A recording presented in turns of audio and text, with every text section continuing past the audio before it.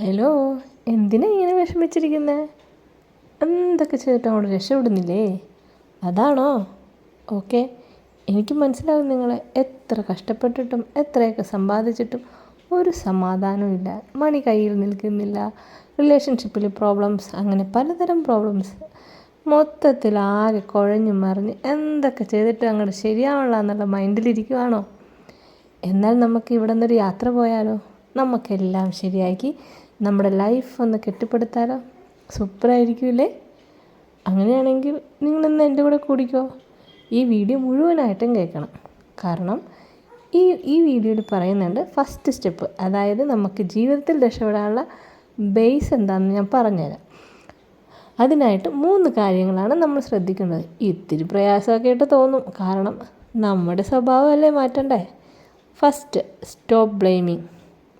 മനസ്സിലായില്ലേ? കുറ്റം പറച്ചിലങ്ങ് നിർത്തുക. കഷ്ടമാണോ? നമ്മൾ മറ്റുള്ളവരെ കുറ്റം പറച്ചിലങ്ങ് നിർത്തി. രണ്ടാമത്തേത്, സ്റ്റോപ്പ് ജഡ്ജ്മെൻറ്റ്.